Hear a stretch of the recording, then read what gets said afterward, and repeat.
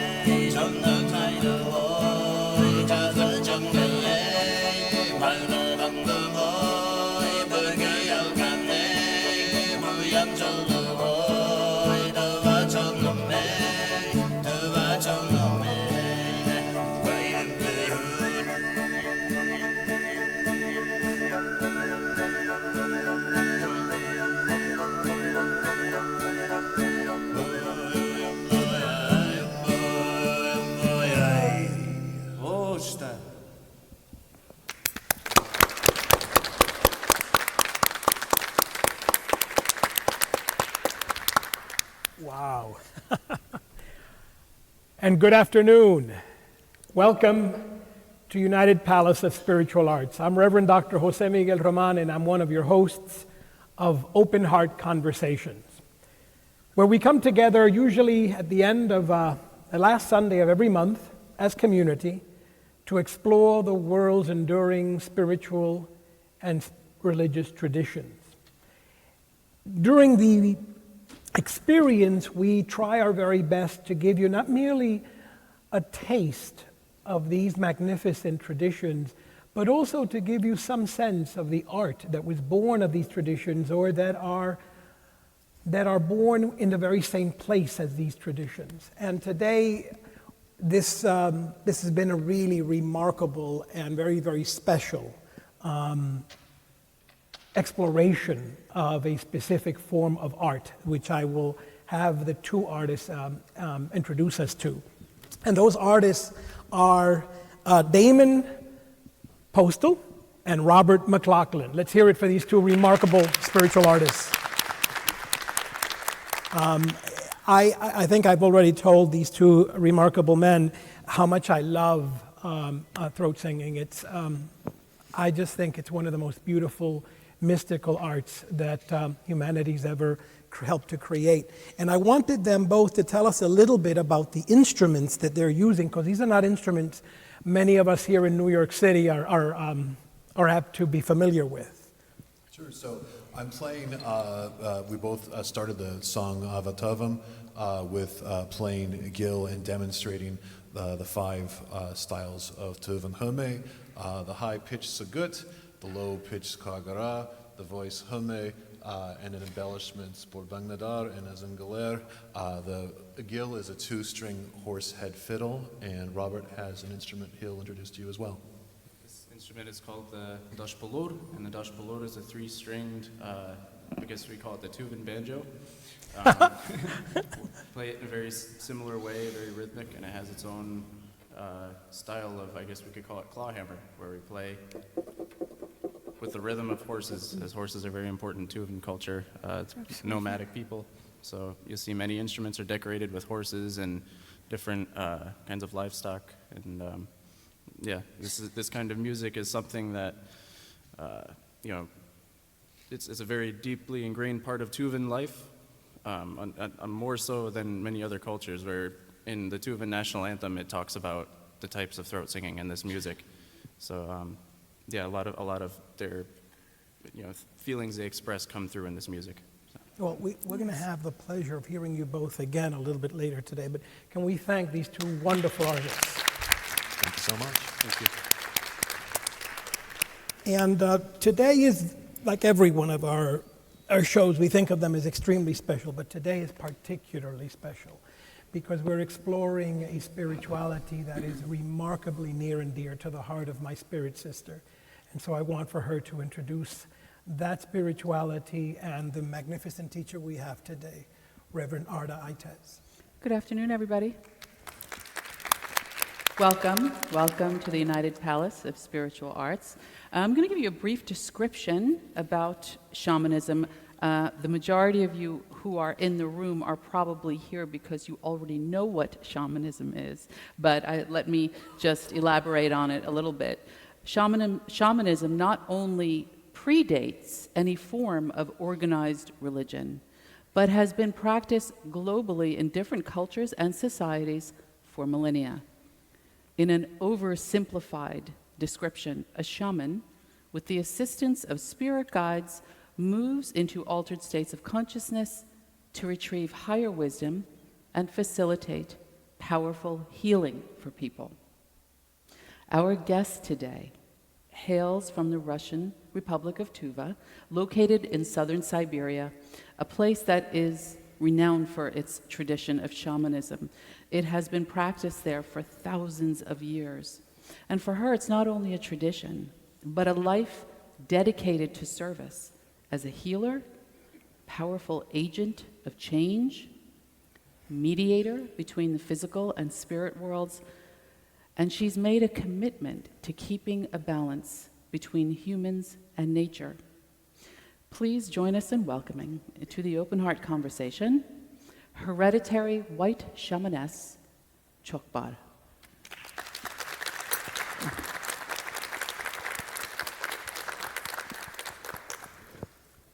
So welcome. Thank you, thank you. Thank you so much for being here with us. Sure. Now, I guess... Lovely. Thank you. It's an amazing place, isn't it? Absolutely magnificent. And the musicians, I'm really honored that I was able to find them in New York, in the United States, and people are able to sing such an ancient and dear to my heart art. Oh, thank you. And they're keeping it alive Indeed. by studying that tradition of you. music. ChokBar, and we do thank you for introducing these magnificent artists to us. We'll begin really at the beginning Sure. with the simplest question. What is shamanism to you?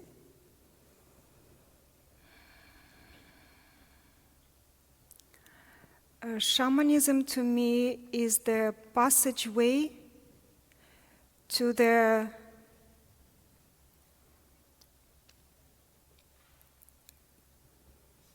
worlds otherwise hidden. So shamanism is a passageway to the worlds that are existing but otherwise hidden. And a shaman, with the training of the spirits who chose that person to be a shaman, is trained by them, and the shaman's consciousness is prepared to receive the information, experience, and knowledge from those otherwise hidden realms.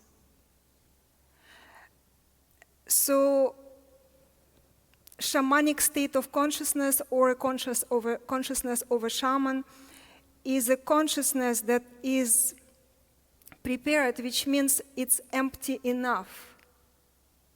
Imagine I, as a shaman, will be your guide, and I will take you to the edge between two worlds. And right now we live in such a world and day and age where we have so much information constantly coming at us, especially with the social media, right? Absolutely. So, and we some people barely are able to exist with so much coming at them, right? So imagine there is other world that existing parallel to this one that has as well a lot of information and input.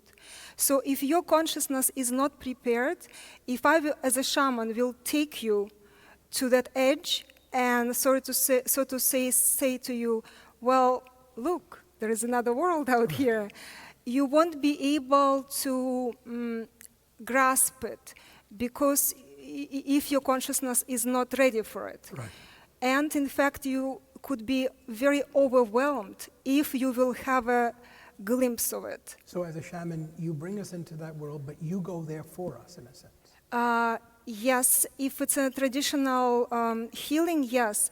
But in the States and in general right now in the world, there is this movement that people basically feeling called to use shamanism as a way of self-development, as mastering of their consciousness. Because shamanism is truly about mastery of consciousness. This is a really important point that you're bringing up, that people are looking to shamanism to help develop their consciousness. Right. So there is a tremendous difference, to my understanding, between being a shaman and shamanic living. So, because what I'm finding, as I'm sure many of you find, there seems to be a shaman popping up on every corner. Lots of shamans hanging shingles, if you will. They're all over Instagram. They're all over social media. So what is the difference? The difference between, you mean, authentic traditional shaman and shamanic practitioner? Yes. First, I'd like to say thank you to all shamanic practitioners because they are doing a great job by educating people about shamanism. And first and foremost, they are educating themselves first. And they really feel the importance of the shamanism, and then therefore they teach it. The difference between an authentic traditional shaman coming from either Tuva or a surrounding area, it's that in traditional shamanism, it is literally life and death situation. When the spirits come to a person that is, so to speak, chosen to be a shaman, if the person is not complying, then everything in life is going to break down. Till I know a lot of cases where people, and there are legends about it, where literally shaman to be family members would die one after another, till the shaman say, yes, I will do it. Or something happens to a shaman, to be, if they are resisting. So it's in traditional shamanism, so authentic shaman is someone who is put to that from the spirits of the ancestors, and there is no way around it. While shamanic practitioner is someone who chose it because they feel interest and respect, and they see how it works, and so, but they still don't have this life-threatening situation, and they could be doing something else and assisting others, once in a while or however they are doing it. So they're doing a great service. It's not that intense. So speak to that a little bit. Becoming a shaman is life and death. That's heavy stuff, So what? How does one become a shaman, especially when it's in their, it's in the family, it's in the lineage, it's hereditary as it is for you? How does that even happen? Well, the spirits, so shaman cannot decide to be a shaman, as we just said, that spirits that are, ancestral spirits who were shamans usually choose the person. And when that happens, as I was just trying to say, all of a sudden, since the spirits don't have physical bodies, right? So they are consciousness without the physical body that has the capacity to enter your consciousness, and it feels like it's coming from the inside. Imagine you're living your normal life, and suddenly you start hearing voices that are seemingly from inside, because they're not booming from outside. So, and imagine them telling you things when you already have this life as it is, and all with this overwhelmment already. So it happens like that. So they come and they start training, and the shamanic initiation lasts many years. It never ever is weekend or a couple of months. It's years training. Mm-hmm. And what spirits are actually doing, they are erasing what that person used to be. Meaning, let's say before they made me a shaman, I used to think I know what's good or bad. I used to know who I am. I thought I know.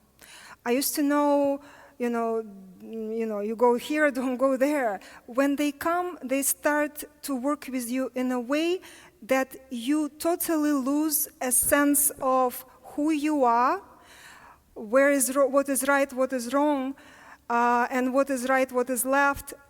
And that is all for the purpose of emptying the person's consciousness. And it's usually accompanied by some suffering, either psychological, emotional, or physical, because the suffering helps, or facing all the fears, helping to empty up all the things that I already collected while I was thinking I know how things are. So, for instance, when the spirits came to me, one of the things they did right in the beginning was that, as I now call it in a funny way, 3 nights and 3 days seminar, where I had to face basically the death of all of my relatives, all of my family, which means this. I want to also point out how it feels when you are interacting with any shamanic spirits. It feels to you at the moment as if it's really happening, because it is. It's just happening on this other, as I was just saying, this other realms, the otherwise hidden worlds that affect directly this reality and these physical bodies. They would say to me how each of my family members, very close ones, will die. And you knew this before they died? They're still alive. Oh. But they would tell me about their death in detail. So when they tell, I would be like totally shocked and totally in grieving and in despair, and they would continue with describing the death of all of my relatives. And imagine if right now I would tell you about something like this, you would be saying, well, okay, ChokBar, go, Mm-hmm. While if it's spirits, you can't say go because they are from the inside, so you can't get away from it. And why would they do that? They do exactly for what I was trying to make the point, that they do it so that the shaman faces all the fears. Ah. So right now, if something happens to my family members, I would not ever feel it as strongly and as horrific as it was when they suddenly, without me prepared for such a thing, described in details death of all of my family members. So it's purification of consciousness, is losing everything, right. Is losing your identity, losing the fears, and losing losing literally understanding is this is right hand or left. Because if I will be thinking that this is right hand and this is left hand, when someone comes to me and they say they have some situation that is very difficult or drastic, and if I still have in me judgment or any idea of this supposed to be, this is wrong, I wouldn't be able to access what they need, because I will be a normal human being. So a shaman has no idea what is right, what is wrong, because of that training. And that is the most important thing, so that there is no judgment. It's interesting. In the tradition that I followed, which is Buddhism, there is in Zen this idea that the koan, they give you a koan. Mm-hmm. And the idea is that you keep beating your mind against the koan, mm-hmm. at times for many, many years, until your mind collapses, until your concepts leave you. Yes. So that it opens you up to a much deeper reality. Yes. And that's what you're describing. Yes. So shaman usually goes through this, facing everything, all of it. And it's not pretty. And it's not funny, and it's like you are enduring something, and usually at the same time you are also assisting other people. And I remember it was a particularly difficult period in my life, and I had to also assist others. And I would say to my non-physical spiritual teacher, part of whose consciousness is attached to mine at all times, I would say, why? Like, why do I have to be in this state when I need to be much better for this person or for this person? And my teacher would tell me, how do you think spiritual power is developed? It's developed while you are facing your own things and assisting others, finding the strengths in you to assist others while you are facing very difficult things. So he always was telling me that. Tell us more about your non-physical teacher, if you can. Sure. Well, I have a non-physical teacher, and he's invisible.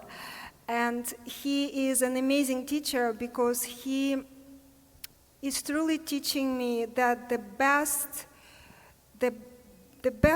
that we can do for others is just to be next to them.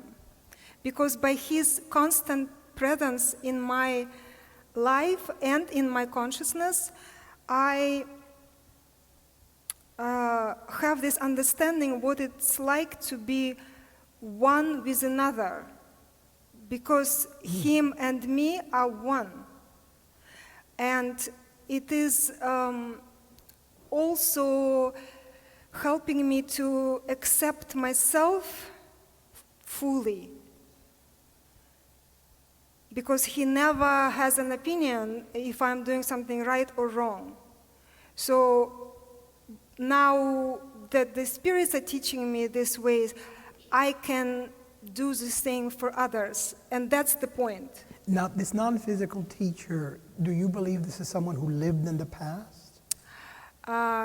He lived in the past, but he lived such a long time ago that, in my opinion, he already lost, in his consciousness, lost all of the human imperfections, so to speak. To me, he is just absolutely brilliant, very compassionate. How do you experience him? How do you know his teaching? How do you hear him? Another very important point, the whole point of shamanism is about the ability to hear. So everything about shamanism, and shamans included, is only about one thing: if you can hear. And that ability to hear the spiritual realms is developed, but also the person who spirits choose to be a shaman is already extremely sensitive person. So it's already very, very developed intuition and all of these extrasensory abilities. And then when with the spirit's training, then a person becomes so tuned to the inner, so that and when you lose fear of this and that, and you no longer know what is right, what is left, then your ability to hear even improves even more. So the hearing is as if someone is literally talking to me. So it's like, I know it sounds very strange for most people, but nevertheless, that's what it is. And I know that some shamans do have this kind of teachers who literally live with them, which is in my case. And I believe in anthropological books, it's called ecstatic spouse. I've never heard that. Ecstatic spouse. That's how it's called. So I do have ecstatic spouse, but when he appeared, he introduced himself to me as, I'm your non-physical spiritual teacher, and his name starts with K. And he said his name. And so you do know his name? Yes, I definitely know his name. Mm-hmm. And that's a deeply private matter, I'm assuming, between you and your ecstatic teacher. Mm-hmm. Excellent. He preferred not to, for people to know his exact. Mm-hmm. Is there anybody else that comes to, help out once in a while? Or is it just your non-physical teacher? No. It's a big team. And the longer a shaman is a shaman collects the bigger and bigger team, and it becomes literally, the old shamans literally have army of spirits that help them to do any healing sessions or any rituals or anything. Because shaman is visible in all realities. So right now, let's say we sit here, right? And if you are not a saint, and if you are not an awakened yogi, if you are not an avatar, if you are not a mystic, and if you are generally not very spiritually developed person, then you're not visible in other realms. Really, you're not visible? You're not visible. That's the whole concept of why people go to a church and ask the priest to pray, right? Why? Because if you are maybe full, your mind is full of chatter, and you are fearing a lot of things, and you are not sure, you don't have the faith in God that priest does, then your prayer may be not as effective as priest's prayer who has at least faith in God. And in terms of the shaman, so shaman is visible in other realities. And these realities are visible to you? Yes. When you speak of these realities, are you speaking of realities that are to you internal to your consciousness, external, both or neither? I would like to, this is a very good question. Okay.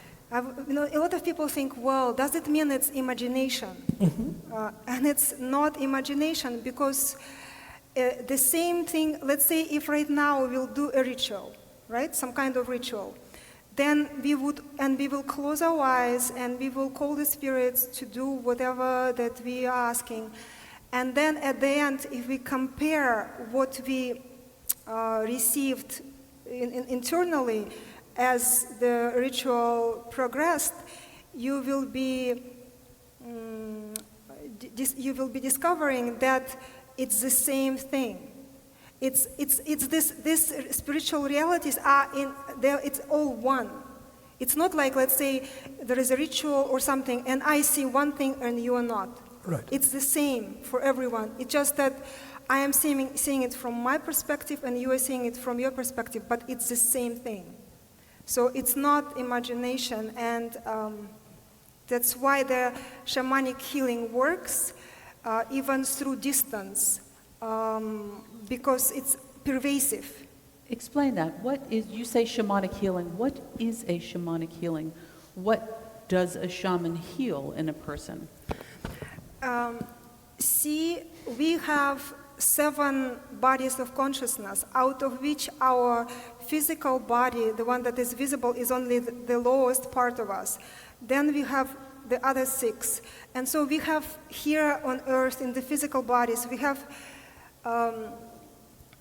specialists that specialize that they are, affecting and healing, assisting people in healing different bodies. For instance, psychotherapist, which do you think body he is? Probably mental body, right? Body, so right. mental body. And if we're talking about physical doctors, they are, Body. addressing our physical body. And then, let's say healers. What body do you think they're addressing? Spiritual body. Spiritual or ethereal body that is next to the physical. So they're addressing that body. There is also astral body, and there is 4 upper bodies. But the first bodies that are closer to us are physical, ethereal, astral, and mental. And there are higher upper ones. So the shaman is actually the only specialist who is able to address during any interaction all bodies, including the upper bodies. And the reason why he or she is able to do that is because the shaman is working with those spirits who don't have physical bodies. So during the session, let's say in my case, I do have a lot of power animals, 14, and they go inside all of the bodies of the person has. And so the power animals, since they are essentially point of consciousness in a specific shape without the physical body, and what does it mean, consciousness? It means they are light. They are consciousness, they are light. So they're going inside, let's say, your physical body, ethereal body, your astral or emotional body, and mental body.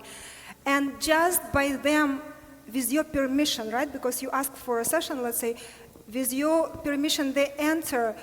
There is so much light streaming into all of your, how they're called, cells, even of the physical body. So the change that could happen during any interaction with a shaman could be dramatic. And I've seen many, many dramatic changes, not in 3 months, not after 15 sessions consecutive, but literally very fast. Some things take longer, but that's how shamanic means that the spirits who chose this person a shaman go inside all of the bodies during any interaction. And then the change happens from the inside to that person. That's why shamans speak usually very little, because there is nothing to speak about. It's like you go and you just do something. That's not about speaking.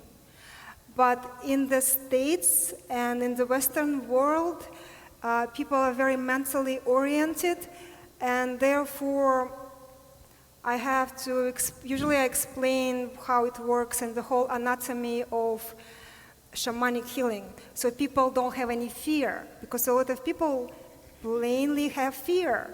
They think, well, oh my goodness, what is this? Scary drum, headdress, this shamanic robe. It just scares people if they're not understanding the whole anatomy and what goes on the invisible energy level during the interaction. It's funny because you say people have fear. This is something that Arda and I have talked about at length, and that is that there are folks who will look at a shamanic ritual or a shaman and ask themselves, are we looking at something that is, please pardon, Right, this sure. is the language that you hear, am I looking at something that is demonic, Right. devil, Right. evil, that comes Right. of all that? How do you respond to men and women and young people that may have those kinds of fears? I would say I respect those fears. Okay. Because before I became a shaman, And before my very first interaction with a shaman, I also didn't understand anything about shamanism. And I looked at those people with the drums and the headdresses and the robes as very strange people, because I did not understand what they're doing, why they're doing, and how it's supposed to be helping me. So I do understand the fear part or just confusion, what is this all for? But also the shaman is almost like a neurophysiological, psychological catalyst for the person, that anything that the person would like in their life, it's much faster with the assistance of the shaman, because shaman affects a person much deeper. Right. Then a person is almost like, well, if I went and did that, I must have been now all good and changed. Because we are all needing transformation and change, right? And a shaman is someone who is assisting people through their points of transformation and change, be it physical, emotional, mental, or any number of situations. So I also would like to say about that, you say demonic. So I'd like to say that in my understanding, that the existence it's like such a very ancient tradition, but the fact that shamans still do exist up to these days, to me, this is the proof actually not just that the spirits do exist. And when I talk about spirits, I don't talk about the spirits of the people who passed on. I usually talk about spirits as the spirits who have much higher consciousness than mine, for instance. And so, what I was talking about. The shaman is not just proof that spirits exist. Exactly. So that shaman not just the proof that the spirits do exist, but to me, shaman, the existence and life of a shaman is the proof that God does exist. That's pretty intense. So define God from the shamanic perspective. So those forces who come and make a person a shaman, they are servants of God. Since we are, not many of us can talk to God as the creation energy directly, right? So this universe has this hierarchy of spiritual forces, and some of them are default spiritual support system for us as human beings. And so God to me is absolutely everything. But since when we talk about specifically, then since I don't see God, to me those shamanic helping spirits are part of God, and they work with me and with all the shamans in order to assist humanity. So they're essentially your connection to God. Yes. And you could be our connection to them, and yes. then to God. Yes. It's quite a ladder of. But this is a good news. This sounds like wow. But the good news is this. Basically, the truth of the universe, the truth about each and every one of us and about life in general, is transmitted at all times. At all times. But because of our minds that are so strongly conditioned, we don't receive that truth as it is transmitted right now. So divinational tools or any shamanic activity, it could be used interchangeably depending on the person's condition. They could be used as the portals into the now moment. And as you know, shamans are people who are working in that expanded state of consciousness or trance. And the degree of the trance could vary depending on what they're doing. But no one can talk to their teacher without being in an expanded state of consciousness, right? So in a normal, constricted state of consciousness, you only hear your ego talking inside you. And so shamanic divinational tools or shamanic practices like shamanic dancing meditation, shamanic rattling meditation, shamanic drumming meditation, and making some sounds, it could be called singing, is actually an opportunity and a portal to get into the now and to get outside of your mind. Because from a normal perspective of the person who is very left brain oriented, it makes no sense when someone takes a rattle and just sits and rattles. It makes no sense for putting, let's say, those offerings on the altar, because it's like, well, they're not physical, what all of this is for. And in the beginning, when my teacher was telling me, put this and this on the table, I would feel a little weird, because I was thinking, well, why do you need this? If you're non-physical and this is our physical nourishment, why do you need that? And he explained to me that putting of the offerings, it's almost not for them. I mean, of course, some of it is for them, the non-physical part of it, the energy essence part of it that correlates to the amount, let's say, of a milk in that bowl. But we are putting it for ourselves, because the moment you put something on the table for someone who is not physically visible to you, you affect the deeper subconscious part of you. It's like you are seeing that you've done something that you normally don't do, which signals to your right brain part that, okay, something is happening here, and it opens the doorway for other things to happen. So all of this is not for them. It's first and foremost for us to know that we are doing this. And then if you keep doing, like, let's say, shamanic meditations or anything shamanic, when you put even a little bit of something, you feel immediate change in yourself. So these are doorways for us. Yes. So as funny as it looks like, well, yes, this is an indication to your part of your brain that is logical. Then if you are doing all of this, something is changed in you. And you are now a different state of you. There is a different state of you, the one that you're much more preferring. And also, important point about transformation, that as a society, we need transformation and we need harmony, but transformation of the societies, of the planet, countries, we can't happen while we are not harmonious within our own self.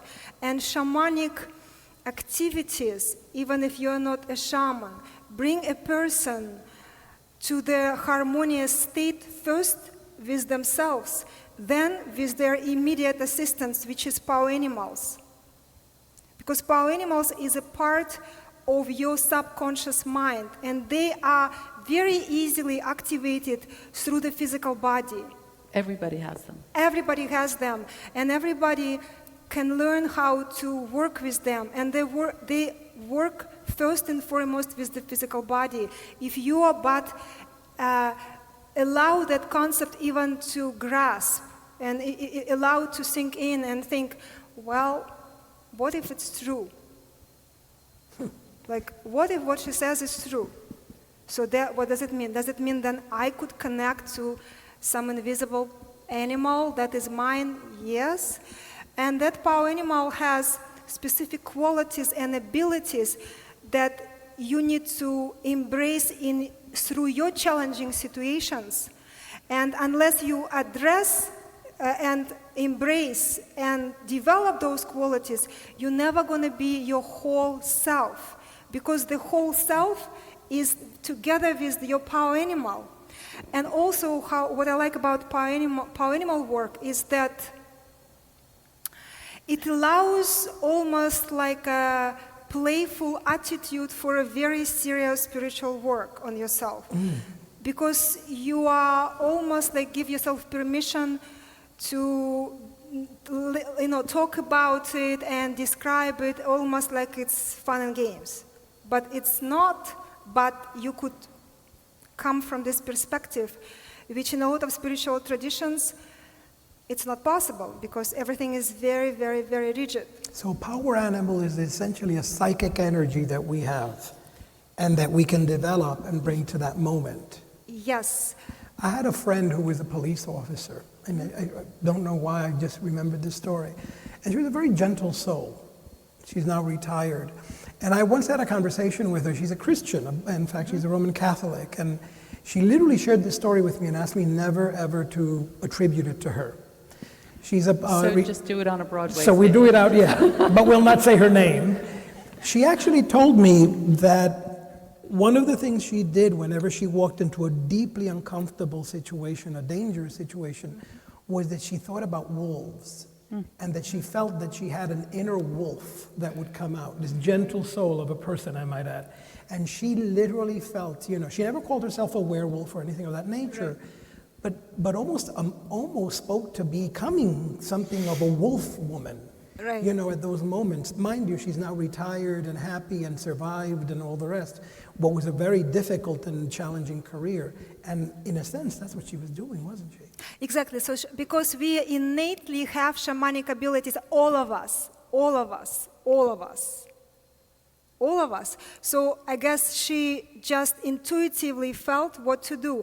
Because as I always tell to all people who work with their power animals is that before you go into any challenging situation or meeting or anything, you activate your power animals, which means you talk to them, you ask them, you give them, because they hear you, you give them instruction, and it might look funny sounding, but what again, I like the playful nature of it. You say, let's say, I am asking my power animal dragon, to come and move my body, be within my energy field. And then when you come, you feel, let's say you could do experiments, you ask your power animals to come with you during any situation, and then you do it without asking, and then see how you feel. Because you feel, I guarantee you, totally different when you are asking your power animal to show up wherever you are going when you don't feel at ease. So one of the things that ChokBar was very adamant about is she's very adamant about the fact that shamanism is not about talking, it's about doing. And I had to literally convince her to have this conversation today because she wanted it to be one big shamanic circle, and I said, we can't do that just yet. So there is going to be an experiential portion to this, well, I think we can get to, wouldn't you say? Absolutely, Jose? yes. So if you'd like to, Sure, okay. go get prepared.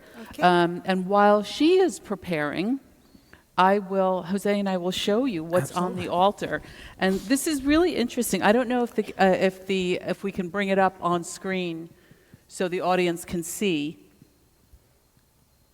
It's a remarkably beautiful altar. It is, and she had said it's very, very simplified for the fact that it's very simplified just because we're not going into full ritual here. It's generally much more elaborate. And you'll see we can't have open flame here on stage, so we have these tea lights to represent fire. Milk, which is, milk represents love. We have rice, there's bread, cheese, cookies, almonds, chocolate in shiny wrapping. She's always very specific about this. The wrapping has to be shiny. They're not big on Hershey's Kisses. Ferrero Rocher happens to be the chocolate of choice, to my understanding. Flowers we have, and generally there's some type of incense. I think she usually likes to burn juniper.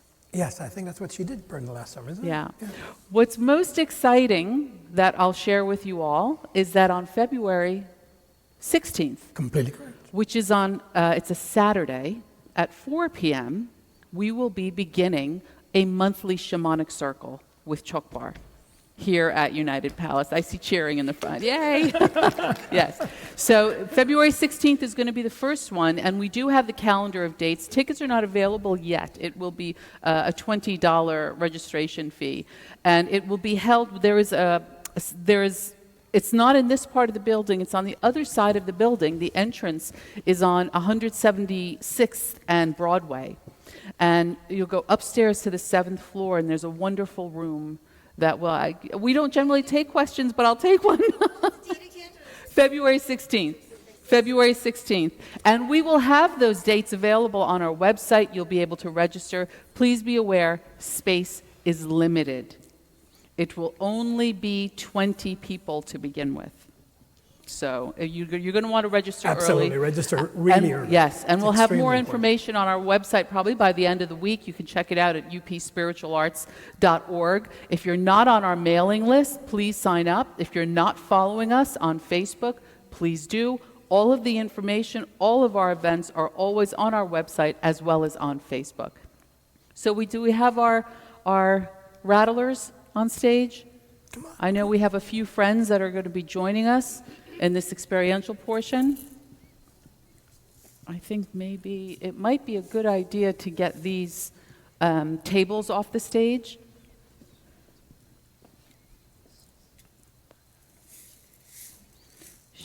She's going to be doing whatever she would like to do. So whatever she's moved to do, so you can have a seat right there.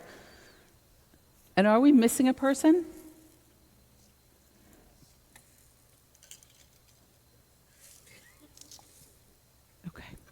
Is it? That's it. Okay. Let's bring those two out. There it goes. We'll see you in a few. Enjoy, folks.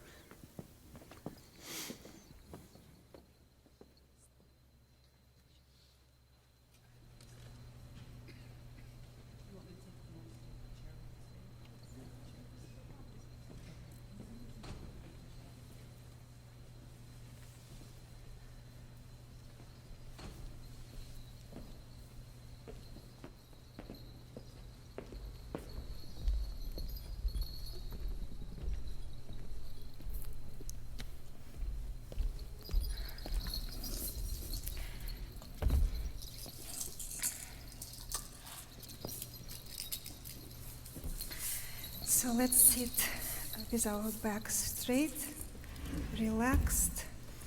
Start closing your eyes. And people in the audience, if you feel like you'd like to experience part of this as meditation, you're welcome to do that, because the spirits are here and they're willing to work with you, including your power animals. So as I start right now drumming, people who are sitting on stage with me, you'll join me with rattling and again, as I always say, we don't rattle with our hands, we rattle with the whole body.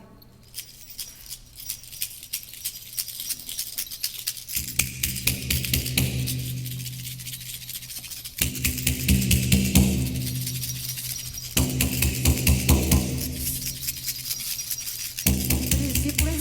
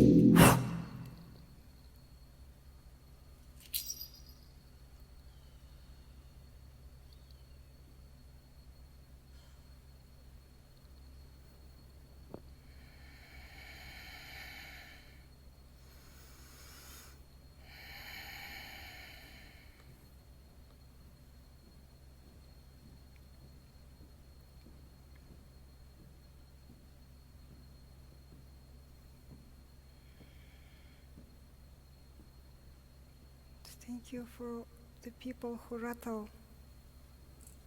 Did amazing. Very good. For rattling allows the body to move in different ways, and all the little energy blockages that we tend to have just unlock themselves. And since when we are doing it together with the spirits, then after any rattling session, people feel a little different, to say the least, right? You feel it right now? You feel much calmer. There is a lot less going on in your mind, which this is what all shamanic techniques are, and shamans used all these techniques since the dawn of humanity, when you are doing these things to affect your mind, which is the only thing that prevents you from seeing the truth about yourself and the world. So anything that we do that takes us out of the mind is very, very helpful for transformation to happen, for personal transformation and transformation on the planet. I don't want us to treat what just happened as if it were a show. So I'm not going to ask you to applaud, and please don't. But if you want to show your gratitude to these magnificent practitioners, please put both your hands in front of you and gently bow.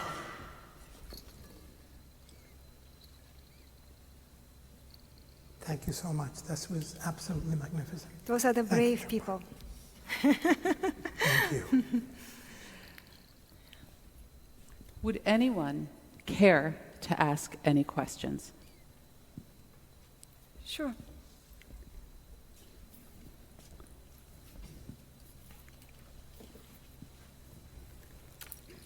Hi, thank you.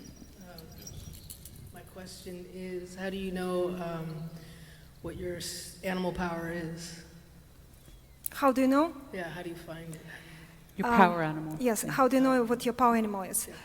Well, power animal have a way to show it to you generally, and if you adopt the meditation practice, and if you do it for some time with the intention to know what your power animal is, then it will reveal itself in your meditation. Or at first, if you right now say to yourself, I want to know what my power animal is, and then watch for, in physical reality, different coincidences where you suddenly feel attracted to specific shape of a specific animal. So that could be a clue. But the best way is meditation. Any other questions? I'm from Mongolia and I have shaman in the family, and the spirits that visit her and guide us are from our own family lineage. And I came in a little bit, but do you also, are the main spirits who come to you or who guide you are from your own family lineage? And mainly in my family, they mainly want to interact with family members and guide them and bless them and warn them, and not necessarily, want to interact with strangers and other people. So I did not quite get the whole question. What I understood is that you are asking me if the spirits that chose me as a shaman, if they want to work with other people or just with my family members, or was it the right? If those spirits are from your family, like from your ancestors. Yes. Yes. Right?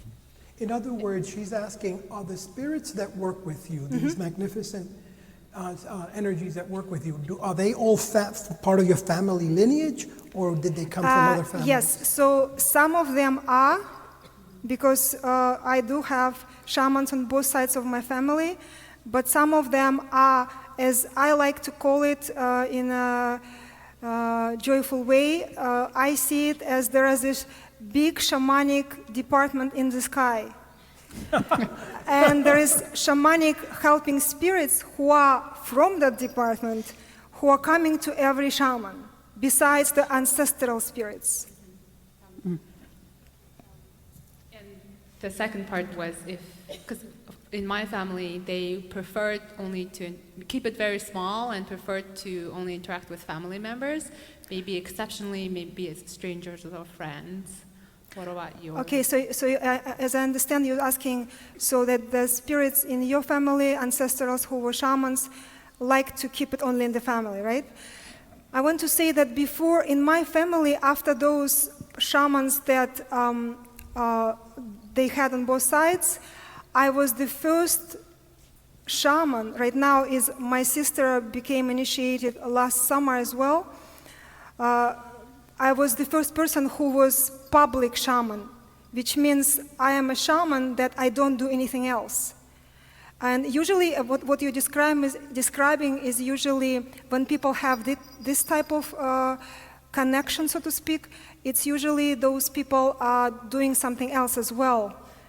In my case, I am the only one out of my family that doesn't do anything else, just that.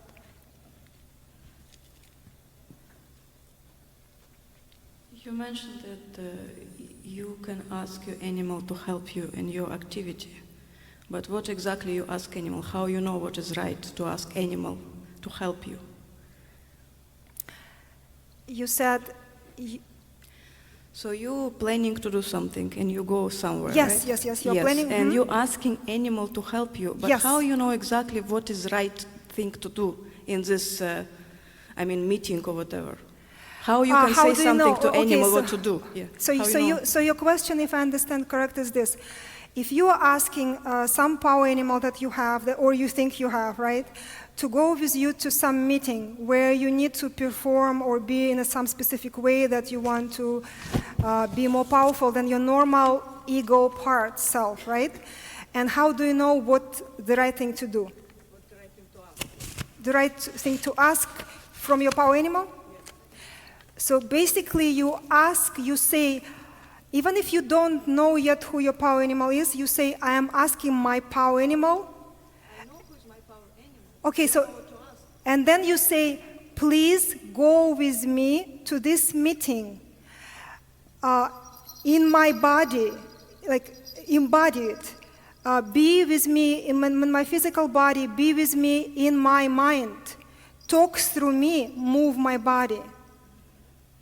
And then that is the right thing to ask, so that you are not in your limited perspective, because power animal part of you, because power animal is a part of you, doesn't have any fears. And the only thing that is keeping us from achieving what we want in any meeting or anywhere else is fear, right? So power animal, when you instruct it, it comes with you and you feel either no fear or much less fear. There's a question right there. Okay. As far as now in today's world conditions, I feel that we all can see that the veils are become thinner. And as for the way you put it with the shamanic department, do you feel that the shamanic realms and this path that you've chosen, within your time frame of being a conduit for the realms and to us, like you said with God, do you feel that there is a presence of urgency at this moment in time for the realms and for humanity to, I don't know if I'm wording it right, but just come into its knowing of its connections to its source? Yes, so it is an urgency to connect to ourselves, and then through connection to, first and foremost, shamanism is about embracing physical body and the heart. So first connect with your body. Like a lot of people are totally disconnected from their body. Then they are just living in their head. So all these shamanic movements help person to consciously first, however awkward at first, to start understanding that this is as important as the mind. And so then the moment you make a different connection with the body and the heart, you become right away less stressed about anything, and you start to feel much more harmony within yourself. And then the moment you feel more harmony in yourself, your consciousness rising higher and your frequency is higher. So now you are more visible to all the spiritual realms. Because only someone who has attracted more light into all of their bodies is visible. So we need to do different practices to attract and collect light in all of our bodies so that every one of us, not just shamans, are able to connect. Because what I believe is that from the ancient times, everyone was able to connect to the spirits. And then the more civilized people became, that connection was thinner and thinner and thinner, till now not many people can do it. But when we doing this attracting light through meditations, then those higher forces see each and every one of us. And the more light we collect, then they see your diligence. Like they literally watch you how many times you did meditation. And if you did as many times as you said you would. Because if you said you're going to do 6 times a week, but you did 3 times or 4 times, then they look at you and say, not reliable yet. And only the person who is said, I'm going to do 6 times a week for 20 minutes minimum, and they do it, die or do type of attitude, they say, oh, we're going to watch her because she's already awakening much more than if you say something, you're going to do it even to no one. Because when you promise to meditate, you're promising to yourself, right?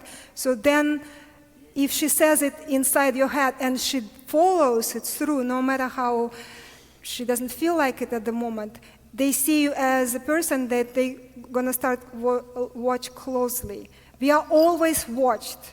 And the universe is like a big recording machine. We are not only like under constant surveillance camera, we are also recorded at all times. Right now we are live recording, but we are recorded at all times by the universe.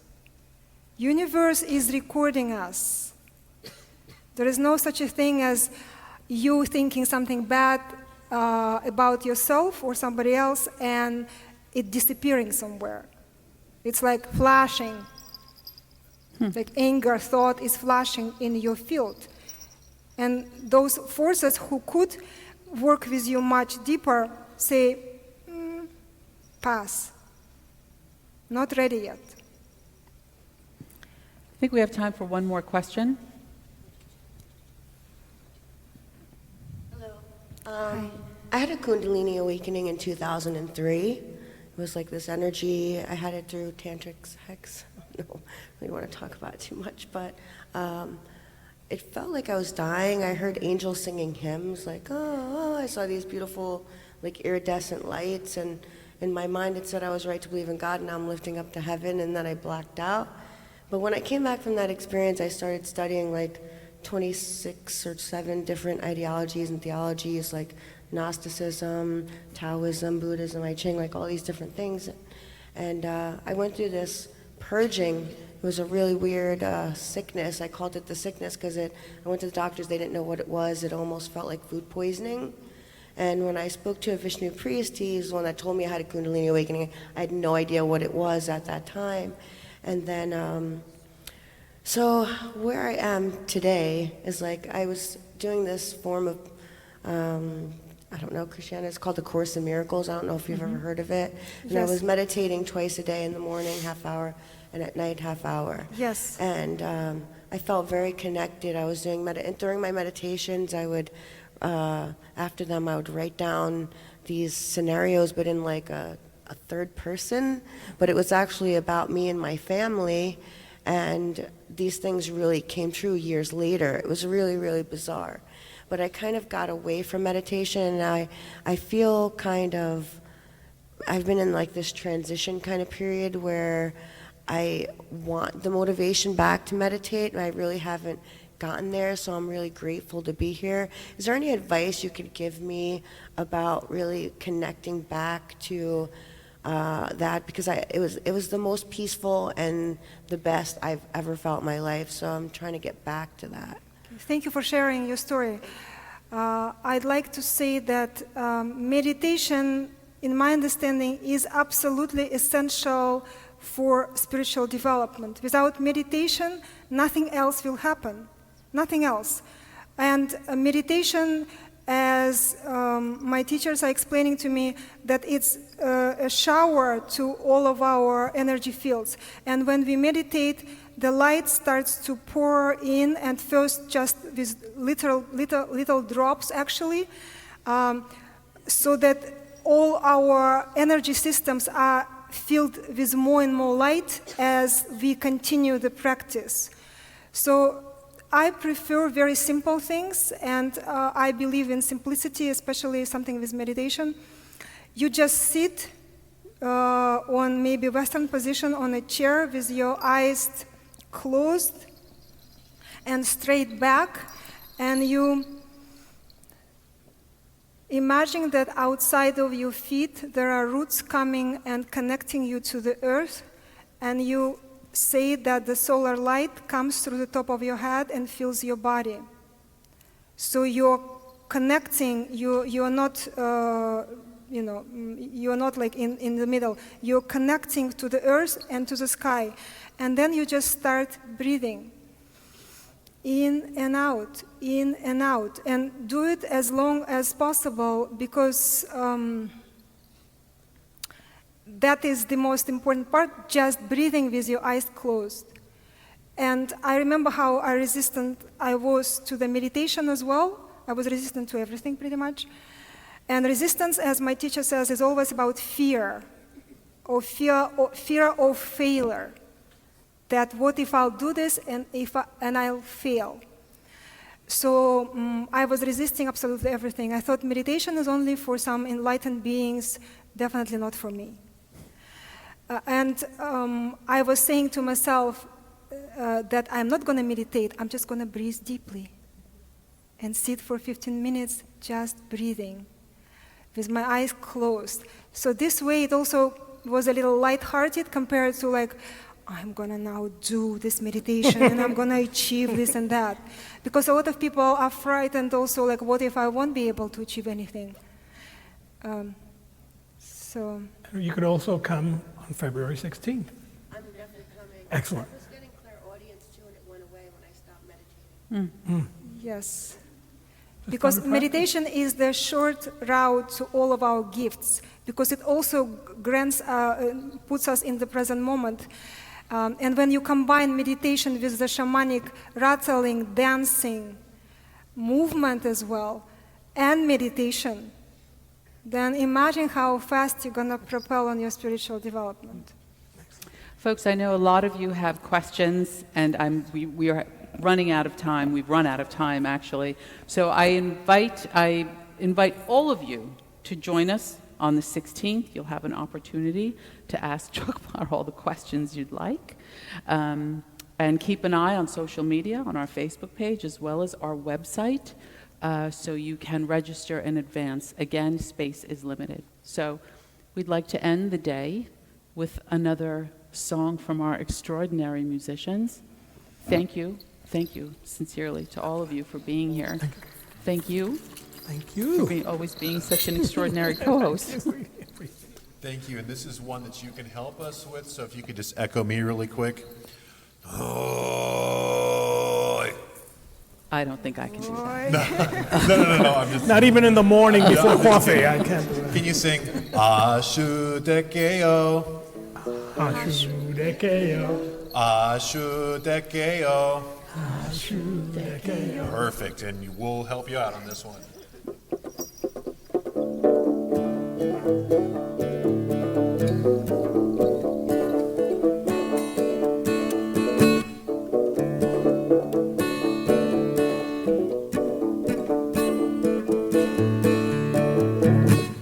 첼레로임 젤리 부르다 Ashudekeo. 젤리 돈 만나리 라벨 Ashudekeo. 색친노로 장나보르다 제린 솔로 색칠레베 어떤 가람이 가람 어른 나의 조반이엔 어둡바람 개새개새 어른 눈 보절미엔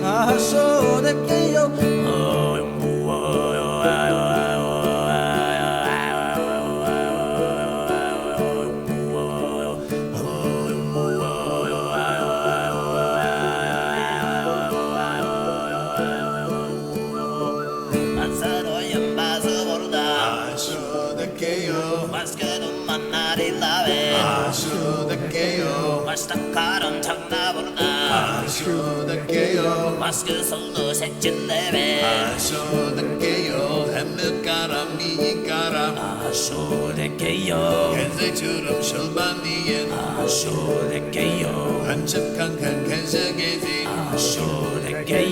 개새채는 보슬레엔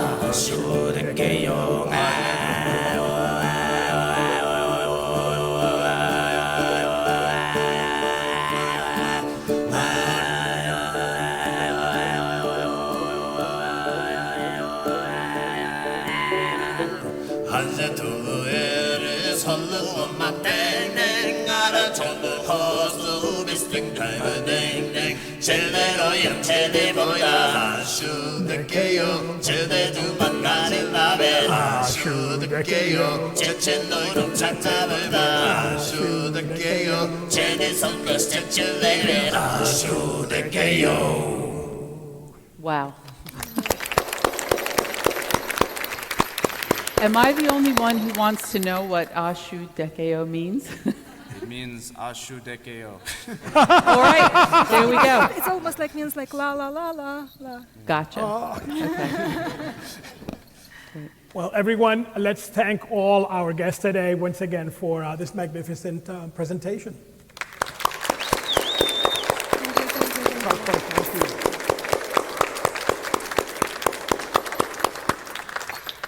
I also, before I end, I really want to give a particular word of thanks, and that is to Reverend Arda Itez. Arda spoke to me a few months ago, and she said, "You got to join me this particular date." And I said, "What?" She said, "There's going to be a Tuvan shaman that's going to be visiting this particular museum, and this is part of my tradition," she said, "and I want to share this with you." And we went and we experienced ChokBar. And I know how important this tradition is to my beloved sister, so much so that she is bringing it here, not just here in Open Heart Conversations, but here as a Shamanic Circle. And I really want to thank her for that gift. Oh, it's my pleasure. No. Thank you to ChokBar for just... Indeed. For really sharing so much of this ancient and beautiful tradition in a way that I have never experienced before. I mean, I hesitate using the word magical, but I shouldn't. She truly is magical, and you will experience her for yourself on the 16th and any of the upcoming dates as well. So please do join us. And Damon, Thank Robert, you. Thank you guys. You're magnificent. Thank you all.